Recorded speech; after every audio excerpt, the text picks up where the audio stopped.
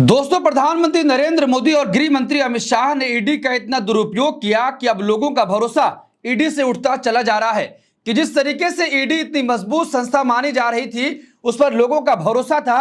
ED जहां पहुंच जाती थी, लोगों के होश उड़ जाते थे। लेकिन अब ईडी जहां पहुंच रही है, वहां पर ईडी के अधिकारियों पर हमला किया जा रहा है।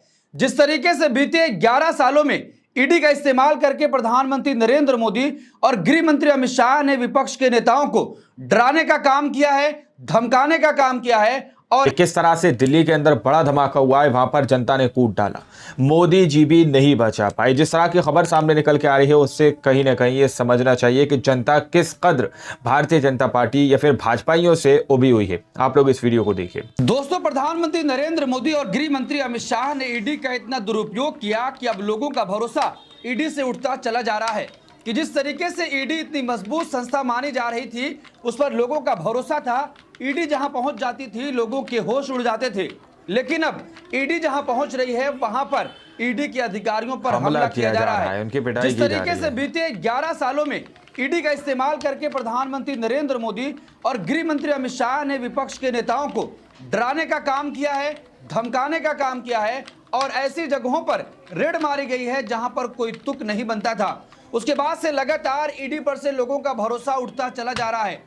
दिल्ली की एक बड़ी घटना है जो खबर निकलकर सामने आ रही है कि एक तरफ दिल्ली में धमाका हो रहा है और दूसरी तरफ अधिकारियों को दौड़ा दौड़ा कर पीटा जा रहा है। भारतीय जनता पार्टी ने अपने अंधभक्तों को पूरी तरीके से मस्जिद के नीचे शिवलिंग और मस्जिद के नीचे मंदिर ढूंढने में लगा रखा है। लेकिन दिल्ली, जिसकी कानून व्यवस्था की जिम्मेदारी गृह मंत्री अमित शाह की है, भारतीय जनता पार्टी की है, वहां पर एक बड़ा धमाका होता है जहां पर एनएसजी की टीम लगाई जाती है पूरे मामले की जांच करने के लिए। और 40 दिन के भीतर ये दूसरा बड़ा धमाका है। और दूसरी तरफ जो खबर निकलकर सामने आ रही है कि ईडी के अधिकारियों को रेड के दौरान दौड़ा दौड़ा कर पीटा गया है। एक अधिकारी उसमें घायल हो गया है। आप अंदाजा लगाइए, एक तरफ भक्तों को यह कहा गया है कि आप जाकर अजमेर शरीफ दरगाह के नीचे देखो कि शिवलिंग है या मंदिर है। और संभल में जिस तरीके से घटना हो रही है, वहां पर भी मंदिर ढूंढने का काम किया जा रहा है। लेकिन जहां पर कानून व्यवस्था की जिम्मेदारी सीधे तौर पर गृह मंत्रालय, अमित शाह और भारतीय जनता पार्टी की है, वहां पर ईडी के अधिकारियों को पीटा जा रहा है और बड़े बड़े धमाके हो रहे हैं।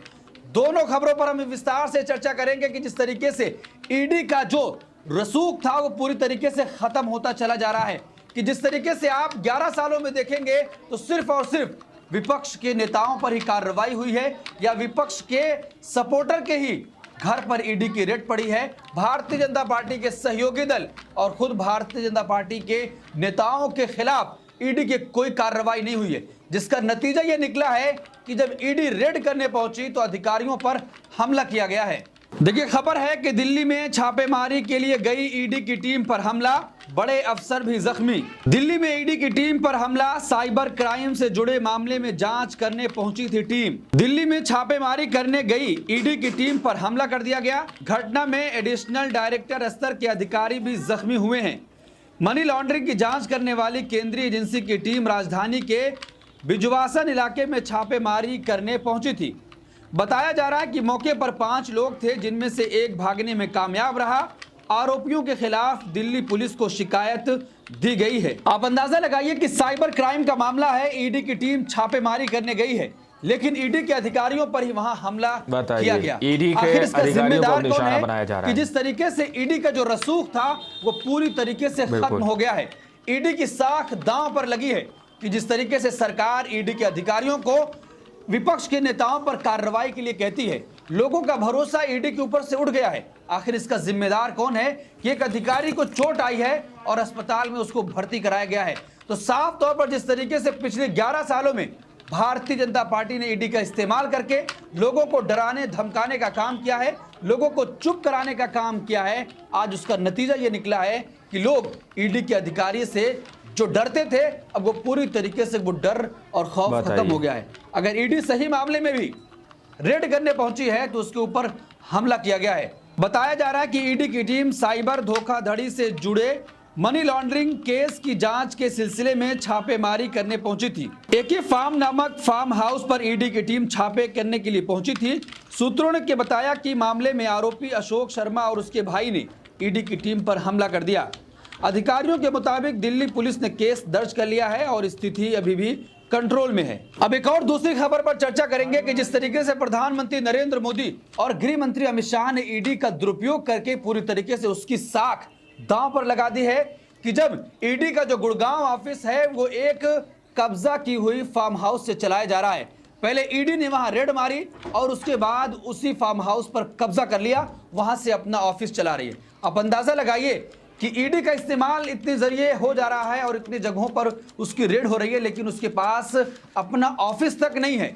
गुड़गांव का जो जोनल ऑफिस है वो दिल्ली के एक फार्म हाउस से चलाया जा रहा है। ये तस्वीरें हो चुकी हैं ईडी की। कि ईडी के अधिकारियों को किस तरीके से सरकार दबाव डालकर उन लोगों पर कार्रवाई करने के लिए कहती है। अब देखिए खबर आपकी स्क्रीन पर है। ईडी भी तो गजब है। रेड के बाद जिस ऑफिस को किया सील, बना लिया उसने अपना ही दफ्तर। अभी तक आपने ईडी को कार्रवाई करते हुए सुना होगा, लेकिन ईडी के खिलाफ ही अब एक बैंक कोर्ट पहुंच गई है। दरअसल गुरुग्राम में ईडी ने एक संपत्ति कुर्क किया था और बाद में उसे जब्त कर लिया था, जो उनके पास गिरवी रखी गई थी। जब्ती के उस आदेश और उसकी पुष्टि को यूनियन बैंक ने चुनौती दी है। इंडियन एक्सप्रेस की रिपोर्ट के अनुसार यह फार्म हाउस अतुल बंसल का था, जो एक रियल एस्टेट एजेंट था और कथित तौर पर संपत्ति और मनी लॉन्ड्रिंग मामले में मुख्य आरोपी था।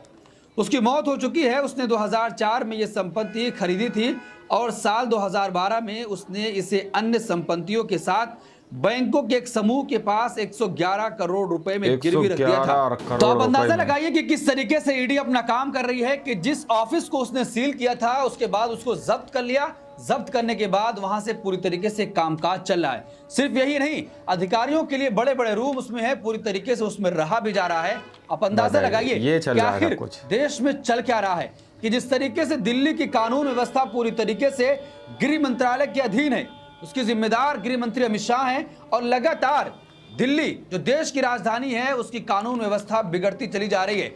आम आदमी पार्टी लगातार ये आरोप लगा रही है कि गृह मंत्री अमित शाह ने दिल्ली को पूरी तरीके से असुरक्षित कर दिया है, कि वहां पर कभी महिलाओं के साथ कुछ हो जाता है तो कभी दिल्ली पुलिस की टीम पर ही हमला होता है। अब तो ईडी के अधिकारी पर साफ तौर पर हमला कर दिया गया है, जिस ईडी के बारे में कहा जाता है कि प्रधानमंत्री नरेंद्र मोदी और गृह मंत्री अमित शाह के इशारे पर नाचती है, जिसको सुप्रीम कोर्ट ने कह दिया कि ईडी, आईटी और सीबीआई एक पिंजरे की तौर पर तोते की तरह काम कर रहे हैं। आप अंदाजा लगाइए कि आखिर जिम्मेदारी किसकी है और तमाम चीजें हो रही हैं, लेकिन जवाबदेही कुछ भी तय नहीं हो रही। और जिस तरीके से ईडी का दुरुपयोग करके उसकी साख को दांव पर लगाया गया है कि अब जब वो रेड मारने पहुंच रही है तो उसी की टीम पर हमला किया जा रहा है। इस पूरे मामले पर आप क्या सोचते हैं? आपकी क्या राय है कि जिस तरीके से दिल्ली की कानून व्यवस्था लगातार चरमराती चली जा रही है और आम आदमी पार्टी लगातार गृह मंत्री अमित शाह पर हमलावर है, भारतीय जनता पार्टी को इसका जिम्मेदार मान रही है और पूरा लॉ एंड ऑर्डर गृह मंत्री अमित शाह के अधीन राजधानी दिल्ली का आता है। आपकी क्या राय है? आप क्या सोचते हैं? कमेंट बॉक्स में अपनी राय जरूर दें। दोस्तों, आप लोगों ने इस वीडियो को शुरू से आखिर तक देखा। वीडियो के स्टार्टिंग में मैंने कहा कि जनता जो है भाजपाइयों से उभी हुई है। वो इसलिए कहा क्योंकि ईडी को विपक्ष पार्टी यही कहती है कि ये भाजपा के ही कार्यकर्ता है, भाजपा के लिए काम करते हैं। ईसी हो, ईडी हो या आईडी सेल हो, इन लोगों को जो है भाजपा का कार्यकर्ता विपक्ष कहता है। अब देखिए जनता किस तरह से जो है खुद एक्शन के मूड में है और खुद एक्शन ले रही है। ईडी, बताइए, ईडी को वहाँ पर जनता ने पीट डाला, कूट डाला। ये तस्वीरें सामने निकल कर आई हैं, वहाँ पर बड़े बड़े धमाके हो रहे हैं।